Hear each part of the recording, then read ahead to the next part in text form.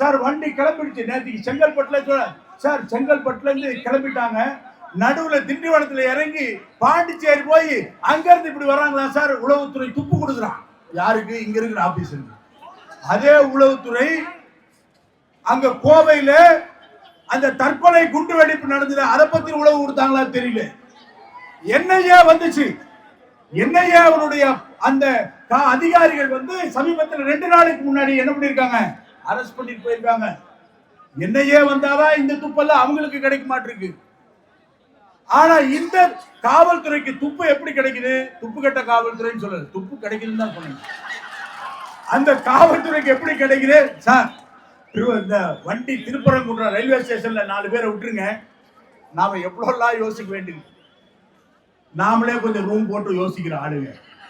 அவன் எதையெல்லாம் போட்டு யோசிக்கிறாங்களோ தெரியல. திருப்பரங்குன்றம் ரயில்வே ஸ்டேஷன்ல இருந்து போன் வருது, ஜி நாங்க ரயில்வே ஸ்டேஷன்ல இறங்கி திருப்பரங்குன்றம் டிக்கெட் தான் ஜி வாங்கணும், அலாக்கா டிக்கெட் போயிட்டாங்க. ஒருத்தர் கூப்பிடுறாங்க, ஜி மதுரை பெரியார் நிலையத்திலிருந்து ஆரப்பாளையத்துல இருந்து திருப்பரங்குன்றம் ஸ்பெஷல் பஸ் ஓட்டினா அந்த பஸ் நேரா மண்டபத்துக்கு போகுது. இன்னைக்கு ஸ்பெஷல் பஸ் ஓட்டி இருக்காங்க. இன்னைக்கு காவல்துறை இன்னைக்கு ஸ்பெஷல் பஸ் ஓட்டிருக்காங்க. சகோதர சகோதரர்களை புரிஞ்சுக்க, இன்னைக்கு சாப்பாடு கிடையாது, திருப்பரங்குன்றத்துல தேநீர் கிடையாது, தங்குவதற்கு இடம் கிடையாது. எந்த இடத்திலையும் போய் முருக பக்தர்கள் தங்கக்கூடாது, ஒன்று சேரக்கூடாதுன்னு திட்டமிட்டு செய்திருக்காங்க. திட்டமிட்ட சதி. 144 போட்டிருக்கான். 144 போட்டா நேற்றுக்கு எப்படி அவங்க எல்லாம் அப்படியே பெருசா வேட்டியை கட்டிட்டு அப்படியே வர்றாங்க வீராவாசியமா. நாம முருக பக்தர்கள் வந்து வெற்றிவேல் முருகனுக்கு சொன்னா அவ்வளவு வேதனையா இருக்கு, அவ்வளவு வயிற்றெரிச்சலா இருக்கு. காதுல இருந்து அவர்களுக்கு புகையாக வருகிறது. 144 மதுரைக்கு 144, திருப்பரங்குன்றத்துக்கு தான் 144. தமிழ்நாடு முழுக்க 144.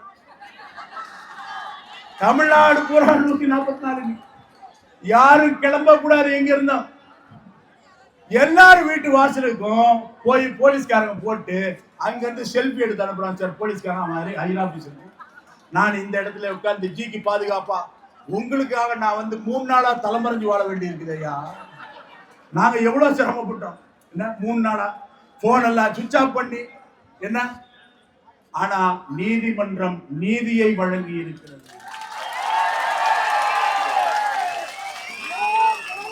இந்த 144க்கு எங்களுக்கு நம்பர் தெரியும். இந்த மாதிரி இன்னும் 2 144 போடுங்க. இன்னொரு நம்பர் இருக்கு 356 ஒரு நம்பர். இதெல்லாம் முருக பக்தர்கள் கிட்ட எடுபடாது. எல்லாவற்றையும் தெரிந்து கொண்டுதான் கைது செய்வான். தெரியுமா தெரியாதா? உங்களுக்கு எல்லாம் தெரிஞ்சுதானே வந்தீங்க. நடுவழியில் எங்க வேணாலும் நிப்பாட்டுவான். தெரியுமா தெரியாதா? சாப்பாடு கிடைக்காது. ஆமா தானே? குடிக்க தண்ணி கிடைக்காது. தண்ணி பாட்டில் இல்லாம வந்தவங்க எத்தனை பேர் தவித்தவர்கள். இந்த அத்தனை பேருடைய சாபமும் சும்மா விடாது. நான் சும்மா சொல்ல ஞாபகம் வச்சுங்க.